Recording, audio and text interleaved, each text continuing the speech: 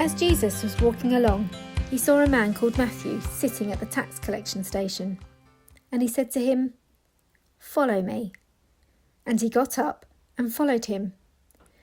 And as he sat at dinner in the house, many tax collectors and sinners came and were sitting with Jesus and his disciples. When the Pharisees saw this, they said to his disciples, "Why does your teacher eat with tax collectors and sinners?" But when he heard this, he said, "Those who are well have no need of a physician, but those who are sick. Go and learn what this means. I desire mercy, not sacrifice, for I have not come to call the righteous, but sinners." Imagine for a moment that you're writing an account of the life of Jesus, and all along you know that you need to include the moment that he called you to follow him. Now, you want to be true to how the events happened. That's vital if you're telling the story with integrity, so that what's written down is actually what happened. But there's so much to put in, and the bit about you, well, it could fit into a few places. So imagine you have that choice, just as Matthew did. Where would you choose to place your own story?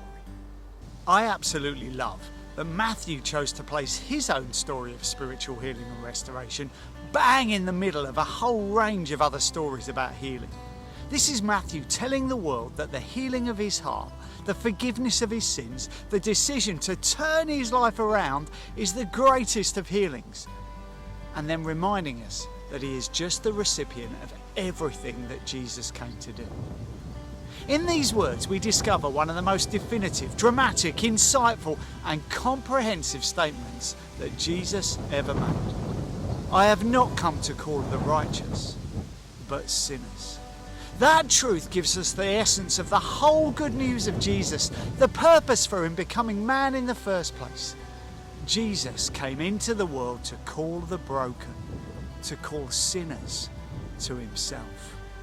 For those who have a terminal spiritual illness and who have no trust or hope in themselves to be cured, Jesus says, "I am the way and the truth and the life." That's the big message of these few words. But there are some lovely nuances as well, which I think might inspire or even challenge us as to what it means to be church. Let's briefly cover some of them. First of all, we find Matthew sitting in a tax collection station when Jesus spots him. He's a tax collector, which means he works for the Romans, which means he's despised, considered a traitor, ranked by Jewish people as an unclean animal that shouldn't even be touched. And yet Jesus calls him to follow, which is exactly what he does. It's important to recognise here what following Jesus means for him. He is leaving behind all the earthly treasure that he's likely amassed, much of it deceitfully, to follow Jesus. If ever there was a living definition of someone building up their treasure in heaven, spoken so powerfully about in the Sermon on the Mount, this is it. What I love with Matthew, though, is that he doesn't make a big deal of this. We have to read Luke's account of the good news to get the additional information. He left everything behind.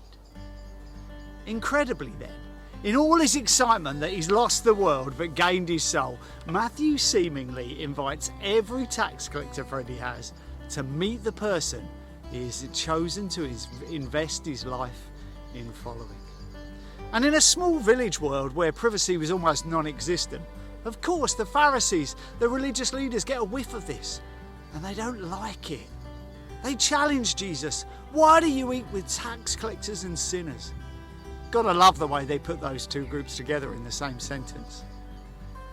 Their point is that all these people are non-Torah observers. They don't follow the Jewish law.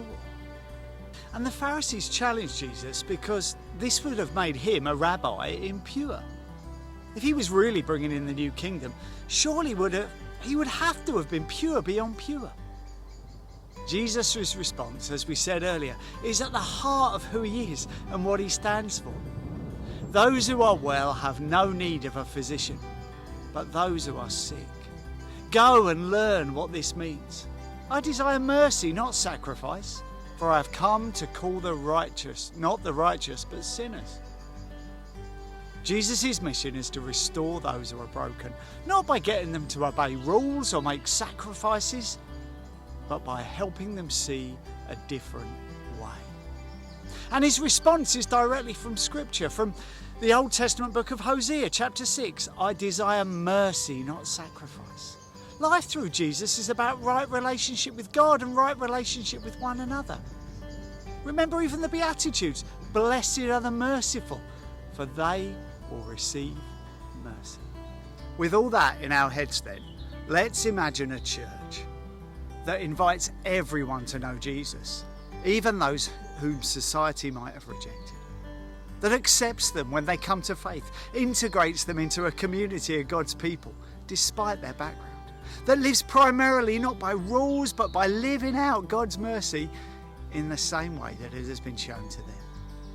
Let's not forget, it's by this good news that we sinners were saved.